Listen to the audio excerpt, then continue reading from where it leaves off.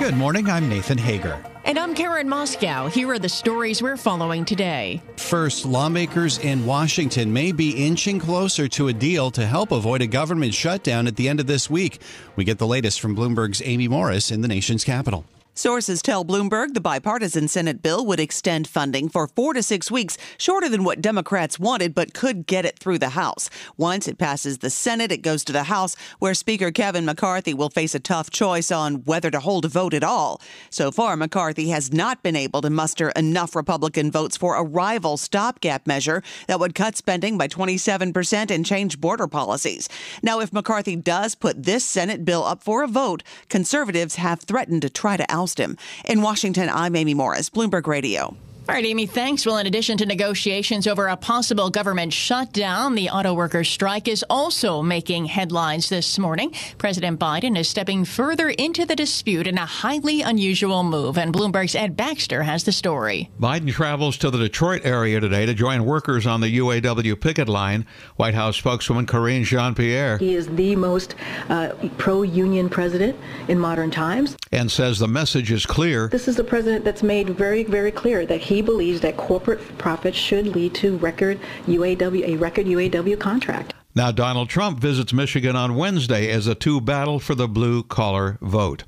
I'm Ed Baxter, Bloomberg Radio. Okay, Ed, thank you. President Biden's decision to stand alongside United Auto Workers on the 12th day of their strike appears to be historic. More on that from Bloomberg Auto reporter Oliver Crook. The question, I think, is does this help the union workers more or does this help Biden more? So this is the first time, in over 100 years that a sitting president has done anything like this and really breaking with a historical precedent. And it comes at a time when the U.S. are really showing the highest support for unions in about 25 years. So politically for Biden, this is certainly an attractive thing.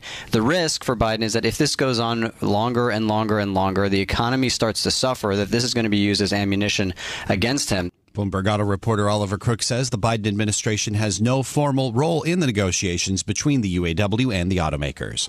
Well, turning to the markets now, Nathan, the CEOs of two of Wall Street's biggest banks have been weighing in on growth and rates. Goldman Sachs boss David Solomon said he expects the Fed to hike further and the economy to cool. Here's what he told the American Energy Security Summit. I think it's going to be hard to get inflation back to the target, and that probably means if inflation is sticky, we will see additional interest rate increases, and ultimately that probably does lead to a little bit more of a slowdown in the economy.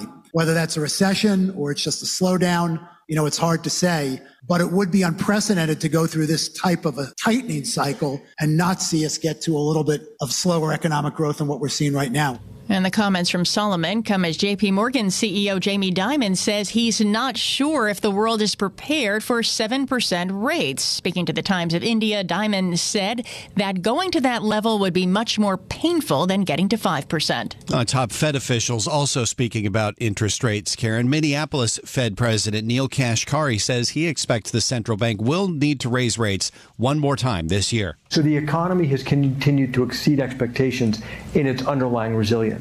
So if the economy is fundamentally much stronger than we realized, on the margin that would tell me rates probably have to go a little bit higher and then be held higher for longer to cool things off. Minneapolis Fed President Neil Kashkari made those comments yesterday at the University of Pennsylvania's Wharton School. Well, turning to Asia, Nathan, the troubled Chinese property developer Evergrande says its mainland unit has defaulted on a $547 million onshore bond. The default comes as reports emerge that former executives have been detained by Chinese authorities. Bloomberg's Loretta Chen has more from Hong Kong. The local media Caixin, which is a reputable media in mainland China, reported last night that the ex-CFO and CEO of Evergrande Group were detained by police. And these are the people who used to be right-hand men Hui Kao-yan, the founder of Evergrande. So this is quite significant in terms of the destiny of this company. Whether it's going to finish all these unfinished projects while its chief executives are detained. Bloomberg's Loretta Chen says the detentions add another layer of uncertainty to Evergrande's debt restructuring plan. We've got some legal news to get you caught up on this morning, Karen. A top Apple executive is set to testify in Washington today at the Justice Department's antitrust trial against Google. Eddie Q, Apple's services chief, plans to defend the lucrative deal that made Google's search engine the default option on the iPhone. Sources say Q plans to say he's always believed Google makes the best search engine, and that's why Apple uses it as as the go-to option across its major devices. The government accuses Google of using its dominance in search to hinder competition. And Nathan, Bloomberg News has learned the Federal Communications Commission will announce plans today to reinstate so-called net neutrality rules governing broadband providers. Rules barring broadband providers from unfairly interfering with Internet traffic were gutted by the FCC under Republican leadership during the Trump presidency. President Biden said he would recommit the United States to the principles of an open Internet, including net neutrality. And it's time now for a check of some other stories making news around the world. For that, we're joined by Bloomberg's Amy Morris. Amy, good morning. Good morning, Karen. President Biden calling on Congress to pass legislation to fund the government and avoid a shutdown by the end of this week. Funding the government is one of the most basic fundamental responsibilities of Congress. And if the Republicans in the House don't start doing the job, we should stop electing them. Following a meeting with the president's board of advisors on HBCUs, President Biden called on House Republicans to abide by the bipartisan funding agreement that he negotiated with House Speaker Kevin McCarthy back in May. House Republicans are preparing for a hearing this week that would focus on President Biden and legal questions about the involvement in his son Hunter's business affairs. Bloomberg's Nancy Lyons has that story. A spokesman for the House Oversight Committee says Thursday's hearing will focus on, quote, the president's involvement in corruption and abuse of public office, end quote. Morning Consult's Eli Yoakley tells Bloomberg Sound On Democrats seem resigned to what they call a political stunt. A good number of Democrats think it's okay to open this investigation. I think some of that might be, just do it to clear the air. President Biden's team has tapped a bench of Democratic veterans of Donald Trump's impeachments to expose what they say is political disarray in the Republican Party. In Washington, Nancy Lyons, Bloomberg Radio. Writers Guild of America leadership is set to vote today on whether to approve a tentative deal to end the writers' strike. Its negotiating committee reached the agreement with Hollywood's top studios over the weekend, suspending all picketing. If the deal is agreed upon, it would then go to the roughly 11,000 WGA members for approval. The writers' walkout started more than 140 days ago, bringing the film and TV industry to a halt. Louisiana Governor John Bel Edwards is requesting a federal emergency declaration from the Biden administration regarding a saltwater intrusion at the lower Mississippi River. Now, officials are worried this would impact the water supply in that region. The Army Corps of Engineers is beginning work on a project this week that they say will help, but they have to work quickly. It is estimated that Gulf water could be making its way into New Orleans water treatment plants by next month. Global news 24 hours a day, powered by more than 2,700 journalists and analysts in more than 120 countries. I'm Amy Morris. This is Bloomberg. Karen. All right, Amy, thank you. And we bring you news throughout the day here on Bloomberg Radio. But now you can get the latest news on demand whenever you want it. Subscribe to Bloomberg News Now to get the latest headlines at the click of a button. Get informed on your schedule. You can listen and subscribe to Bloomberg News Now on the Bloomberg Business app, Bloomberg.com, plus Apple, Spotify, and anywhere else you get your podcasts. And it's time now for the Bloomberg Sports Update. And for that, we bring in John Stashower. John. Karen, the Philadelphia Eagles began last season 8-0, ended up playing in the Super Bowl. They're off to a 3-0 start this season, played Monday Night Football at Tampa Bay. Hurts in the gun. He's back. He steps up. He's looking, still looking. Has time, lets it go, and it is complete. Touchdown! 11 Zacchaeus. You give Jalen Hurts enough time.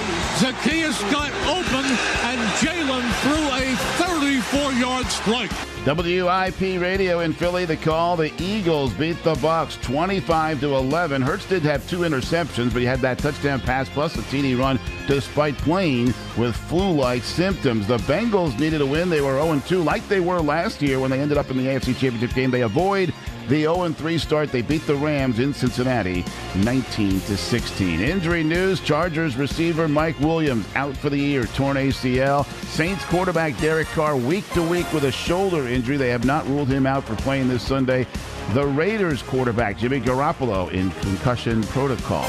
Baseball pennant races, a big win for the Astros, 5-1 at Seattle behind Justin Verlander. Went 8 innings allowed, only 3 hits, struck out 8.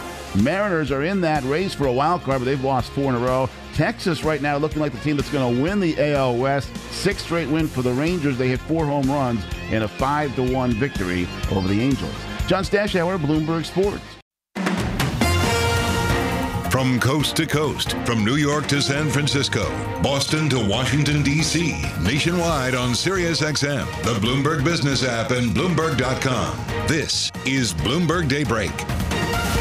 Good morning. I'm Nathan Hager with a couple of major political stories to follow this morning. With just 5 days till a possible government shutdown, time is running out for the House to cut a deal, but the Senate may be making some progress of its own.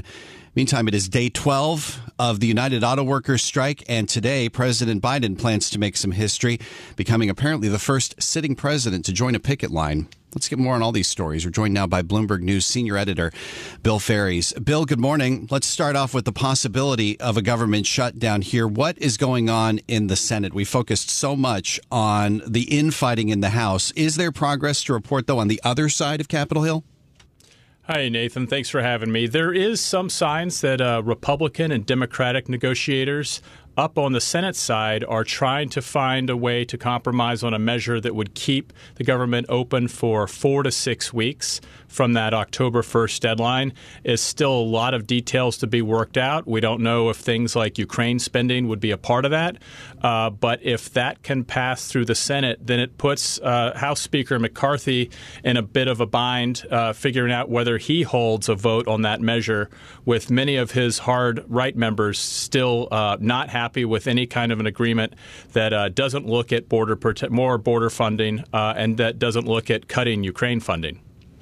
What about Speaker McCarthy's own plan to avoid a government shutdown? The idea that he would cut domestic agencies pretty drastically. Is that still on the table?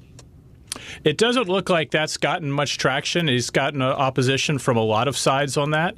And I think, we also know there are some other efforts in the House to try to find a way to maybe quickly end a shutdown if possible.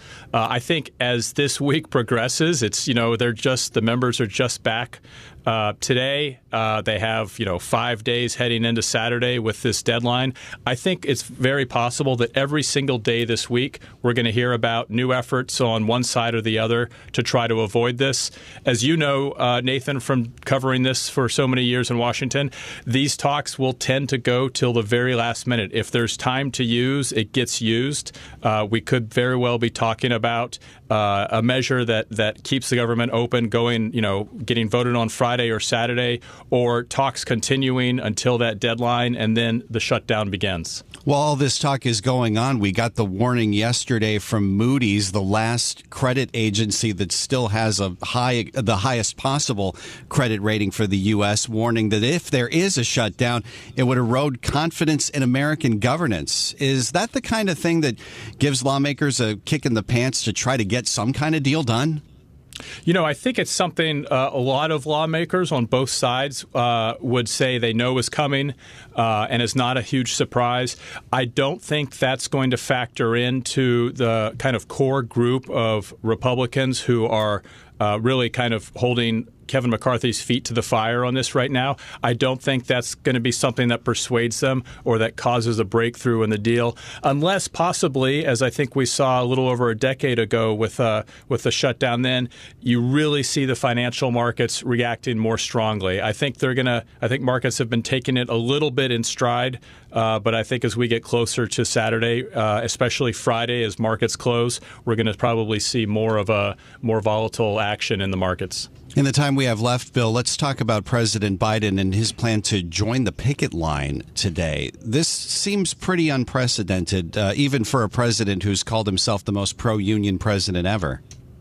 That's right. I think it is unprecedented. We don't have we've been looking, trying to figure out when a sitting president has ever joined a picket line, and I don't think we've found an example of that. You've obviously had very pro-union presidents, and particularly Democratic presidential candidates are often out there with organized labor. But to have a sitting president sit down, really weigh in on one side of that so strongly, that will be something that we really haven't seen ever. And of course, on the other hand, you have former President Trump heading to meet many of those striking auto workers the following day. So there's this real duel for support among the striking auto workers up in Michigan. Of course, a critical battleground state for any candidate in 2024. And just 30 seconds left. Interesting to see this happen as well, when up to now the Biden administration has been pretty hands off when it comes to the auto worker negotiations.